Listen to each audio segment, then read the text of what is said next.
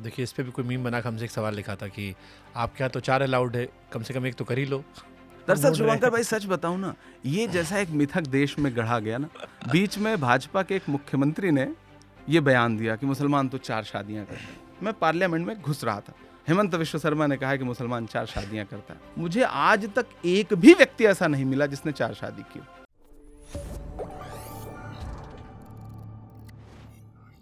देखिए, इस पे भी कोई मीम बना के हमसे एक सवाल लिखा था कि आपके यहाँ तो 4 अलाउड है, कम से कम एक तो कर ही लो। हमारे यहाँ तो चलो एक ही है। दरअसल शुभंकर भाई सच बताऊं ना, ये जैसा एक मिथक देश में गढ़ा गया ना, बीच में भाजपा के एक मुख्यमंत्री ने ये बयान दिया कि मुसलमान तो 4 शादियां करते हैं। मैं पार्लियामेंट में घुस रहा था, तो वो कैमरा लग जाता है ना, माइक आपके मुंह में लगा दिया जाता है और सवाल आपको पता नहीं है, तो बहुत सारे लोग इसमें गच्चा भी खा जाते हैं। हम जर्नलिज्म पढ़ के आए हैं तो थोड़ा सलीका है, तो उन्होंने लगाया मुंह पे माइक। हेमंत विश्व शर्मा ने कहा कि मुसलमान 4 शादियां करता है। मैंने कहा भाई, मुझे तो आज तक एक भी ऐसा मुसलमान नहीं मिला, सच में नहीं मिला। पूरे भारत में मैं ठीक ठाक मुस्लिम समाज के बीच में उठता बैठता हूँ, मुझे आज तक एक भी व्यक्ति ऐसा नहीं मिला जिसने 4 शादी की हो। मतलब रेयरेस्ट होगा, अगर वो रेयरेस्ट है तो वो दूसरे समाजों में भी है, ऐसा नहीं है। तो मैंने कहा भाई मुझे तो नहीं मिला, और दूसरा मुझसे क्यों पूछ रहे हो, मैंने तो अभी तक एक भी नहीं की है। तो बेसिक बात ये है कि ये वही बात है ना कि आपको एक चिढ़ है। नहीं, हमारे यहाँ इसको आप जलन कह सकते हो कि हमारे यहाँ एक ही अलाउड है, तो लड़कों में खास तौर पर जलन होती है। हालांकि ये आप पास्ट में जाएंगे तो इतिहास भरा पड़ा है। तो हमारे यहाँ बैन कर दिया गया ना। तो आपका बैन नहीं है ना, तो ये होता है आपका ही बैन करवा दे पहले। मुझे लग नहीं रहा है कि मुझे हाइपोथेटिकल इस दौर में आप एक किसी अच्छी लड़की से शादी करें, अच्छे से जीवन यापन करें, वही इतना मुश्किल है। सरकार ने इतना महंगाई कर रखी है कि आप एक बीवी अच्छे से आदमी सियासतदान से आगे पाल बढ़ेगा पोस ले। घूम टहल के पहुंच जाओ मोदी जी तक। अब मतलब मोदी जी तक नहीं जा रहा हूं मैं, सरकार की बात कर रहा हूं। सच में महंगाई इतना ज्यादा है भाई। गंगा जमनी तहजीब क्या है? क्योंकि लोग कहते हैं ये सब सिर्फ बकवास, आज के दौर में ये आता है, ये बकवास बातें। कुछ लोगों के लिए तो सब कुछ मोहब्बत बकवास चीज है। कुछ अमन की आशा, ये बेवकूफ बनाने का तरीका है। मतलब किसको बेवकूफ बना रहा है, कौन बना रहा है? हम मोहब्बत की बात करें तो ये बेवकूफ बनाना है, आप नफरत की बात करो तो वो अटल सत्य है। गंगा जमुनी तहजीब यही है कि देखिए, सेकुलरिज्म का अलग अलग अर्थ निकालते हैं लोग। मैं अक्सर एक बात कहता हूं, सेकुलरिज्म का मतलब ये नहीं कि मैं आपका धर्म मानूं, आप मेरा धर्म माने। हम एक दूसरे के धर्म का सम्मान करें, ये है सेकुलरिज्म।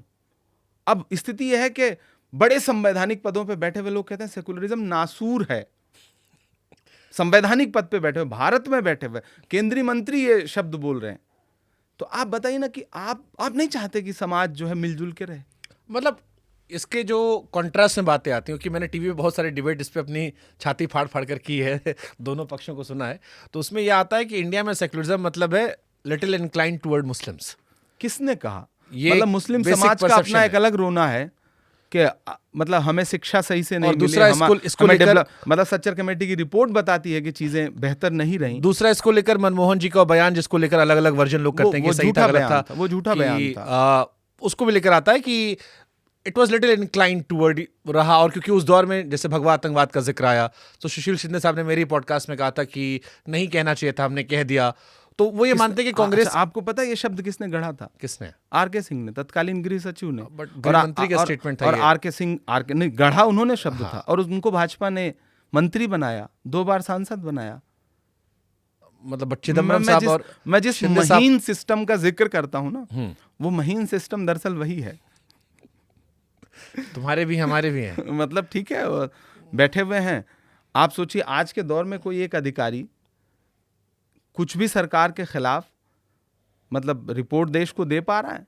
कैग ने जो रिपोर्ट दी, झूठी रिपोर्ट सरकार के खिलाफ, यूपीए के खिलाफ माहौल बनाने के लिए, बाद में अदालतों ने कह दिया कि वो रिपोर्ट झूठी हैं। वो कैग के तत्कालीन महोदय से किसी ने पूछा, विनोद राय जी से? नहीं पूछा किसी ने, क्योंकि वो कौवा कान ले उड़ा।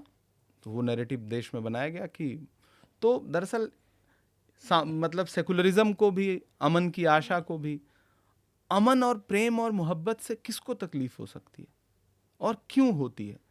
क्या नहीं चाहते कि समाज में हिंदू मुसलमान? भारत का ताना बाना इतना खूबसूरत है भाई, आप इस फैब्रिक को कैसे तोड़ सकते हो? ठीक है, इमरान प्रतापगढ़ी को ओवैसी से क्यों तकलीफ है? बहुत मैसेज हमारे पे ये भी आया था कि पहले शायरी सुनाते थे कि ओवैसी साहब ऐसे हैं, और अब जब सांसद बन गए तो अब दिन रात पानी पी पी गाली देते हैं, कहते हैं बीजेपी की बी टीम है। पत्रकार कोई सवाल पूछे तो मुस्कुरा कहते हैं कि वो एनडीए से बाहर कब निकले।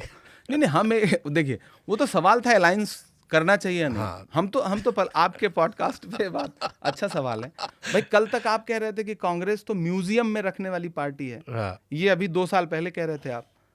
आपके छोटे भाई कह रहे थे कि मैं पूरे देश में मोदी के साथ मिलकर के कांग्रेस का जनाजा उठाऊंगा। स्टेटमेंट है मेरे पास। आप कह रहे थे कि राहुल भैया के बस का नहीं है अब भाजपा को हरा पाना। आज आप अलायंस करने के लिए अर्जी दे रहे हो कि नहीं मतलब हमसे अलायंस करिए। आप लोग तोड़ लोगे जितना जीतेंगे, आप बता, जितना जीतेंगे वो तोड़ लोगे। आप लोग पिछली बार भी तोड़ लिए थे। आप कांग्रेस को मतलब ये कह के कोसते हो कि कांग्रेस के लोग तो दूसरी पार्टियों में चले गए। आप तो बड़ा अल्लाह रसूल के नाम पे वोट मांग रहे थे, आपके लोग दूसरी पार्टियों में क्यों चले गए? सारे चले गए तो आप बाकियों से अलग कैसे हुए? ये तो पॉलिटिकल हो मतलब आपको भाई, तो पॉलिटिक्स आप भी कर रहे हो। मैं आपसे एक पार्टी में हूं, आप एक अलग पार्टी चला रहे हो। मुझसे सवाल पूछा जाएगा, मैं उसका जवाब दूंगा।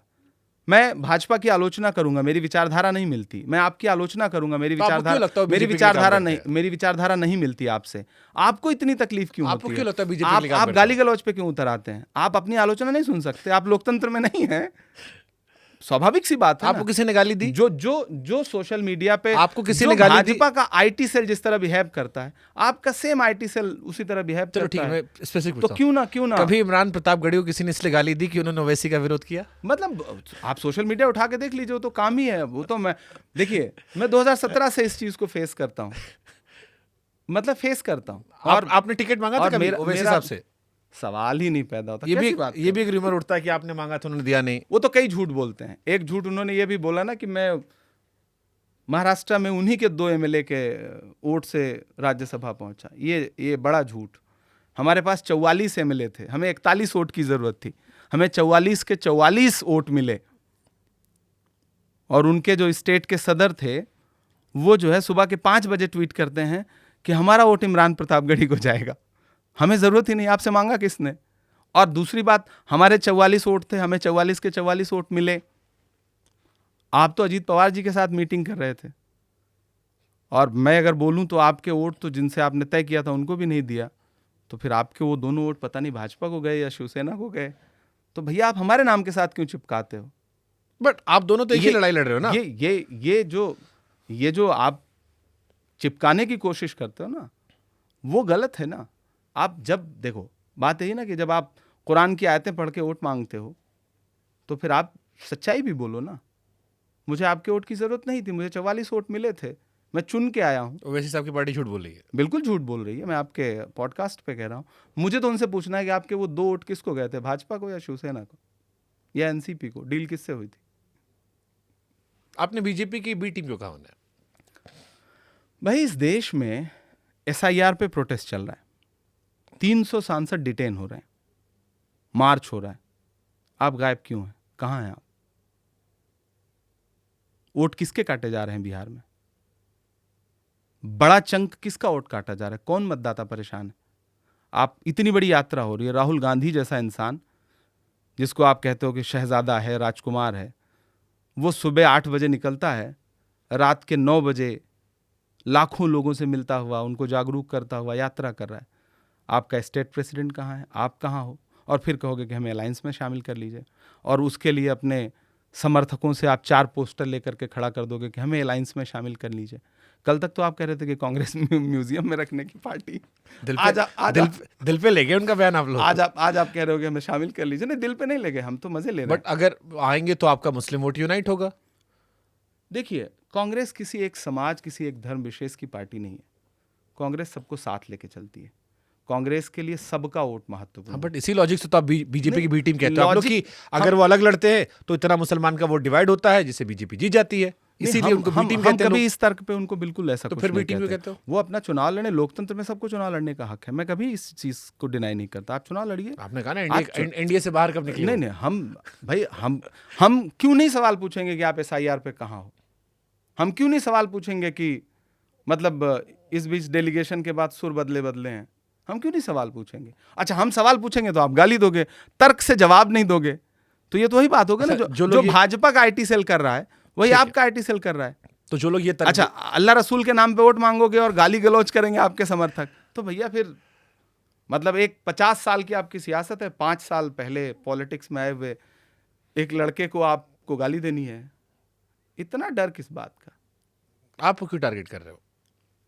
उनसे पूछिएगा जरूर कि उनकी पूरी ट्रोल आर्मी मुझे क्यों टारगेट करती है, मुझसे कौन सा इतना डर है? क्या खास मोहब्बत है? कुछ तो आप भी एनालाइज किए ना कि आप ही से इतनी मोहब्बत क्यों है? मतलब मुझे भी ये हैरत है कि क्यों इतनी मोहब्बत है लोगों को मुझसे, मैं ही निशाने पे क्यों रहता हूँ? बीजेपी के निशाने समझ में आते हो, वैसे आपके निशाने यही तो मैं मोदी जी की आलोचना करता हूँ, मैं भाजपा की आलोचना करता हूँ, मुझे उतनी गाली कभी उधर से नहीं मिलती। जैसे इनसे सवाल पूछूंगा ना तो सल्तनत हिलने लगती है, फिर गाली गलौज ये वो, तो कभी कभी लगता मीम बना करके वायरल करेंगे झूठी बातें। तो वही होता है ना कि जैसे कभी कभी लगता है कि भाई 50 साल 70 साल की पॉलिटिक्स और उसका दम है, और एक आम से लड़का जो गांव से आया है, जिसके पास कोई विरासत नहीं है, अपने दम पर बिना किसी गॉडफादर के, बिना किसी विरासत के, बिना किसी ताम झाम के, बिना किसी ट्रोल आर्मी के, अगर आज वो यहाँ खड़ा है, देश की पार्लियामेंट में खड़ा है, तो फिर इतनी तकलीफ क्यों है उससे? ठीक।